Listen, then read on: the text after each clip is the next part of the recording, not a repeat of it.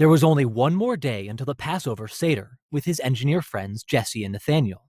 And before then, Engineer Ari had to drive one last train to Jerusalem and back. He dressed quickly and left the house, taking long, quick strides towards Jaffa's train station. Engineer Ari had tucked a seder shopping list into his pocket. Roasted egg, charoset, parsley, horseradish, shankbone, matzah. But the spring air was sweet, and he didn't want to rush. As he bent down to pick a flower, his watch fell on the ground and reminded him of the passing time. I better not dawdle, he sighed.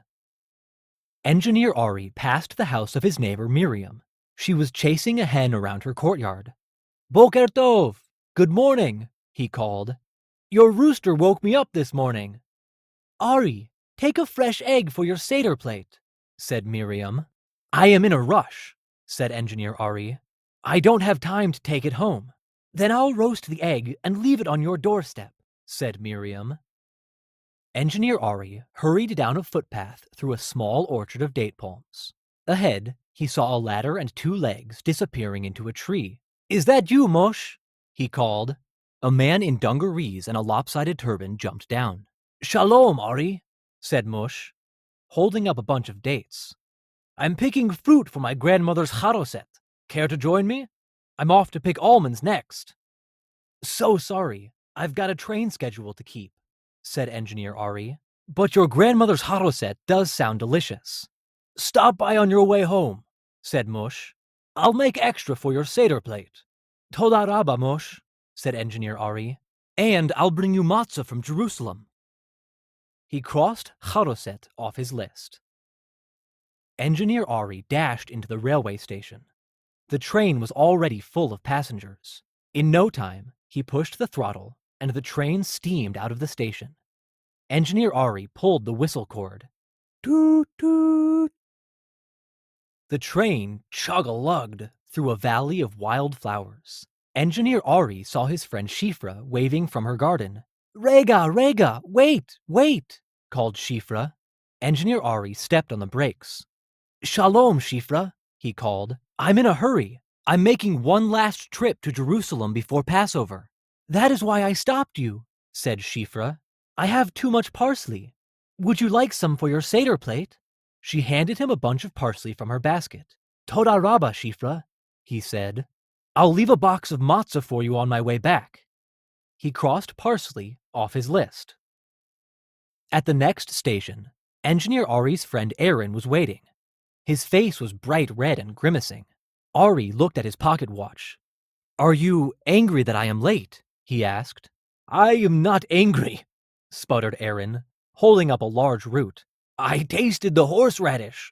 It is very spicy. Drink some water, said Engineer Ari, handing him a canteen. Aaron took a long drink. I don't need so much horseradish, he said, breaking the root in half. Here's some for your seder plate. Toda rabba, Aaron, said Engineer Ari. I'll stop back on my way home and leave a box of matzah for you. He crossed horseradish off his list. Engineer Ari chug-a-lugged into the Jerusalem station. He pulled the whistle cord. Toot, toot. He looked at his pocket watch.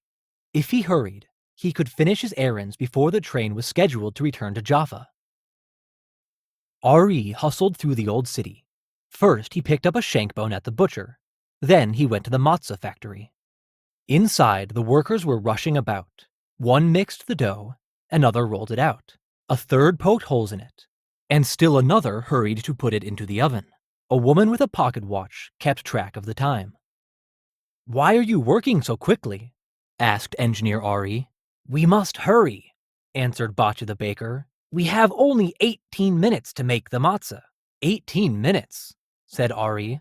That is more rushed than my schedule. Any longer and the matzah might rise like bread, said Batya. Just as the Israelites hurried to leave Egypt, we hurry to make our matzah. Like you, I am in a rush.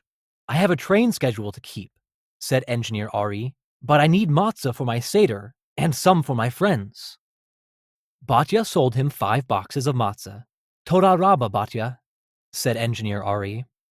Ari crossed matzah off his list. Now he had everything. On his way back, Engineer Ari made quick stops to drop off boxes of matzah for Schiefer and Aaron, and right on schedule, he steamed into Jaffa Station.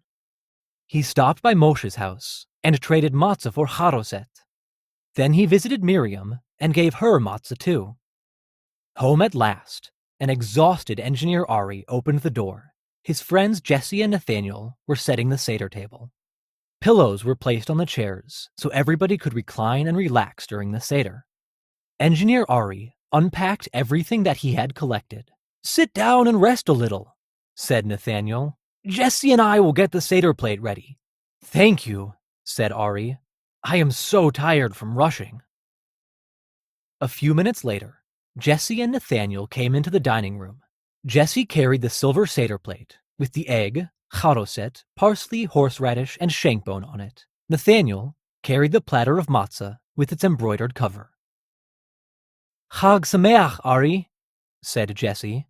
"Happy holiday," said Nathaniel. "It's time for our seder to begin." But Engineer Ari just let out a loud snore.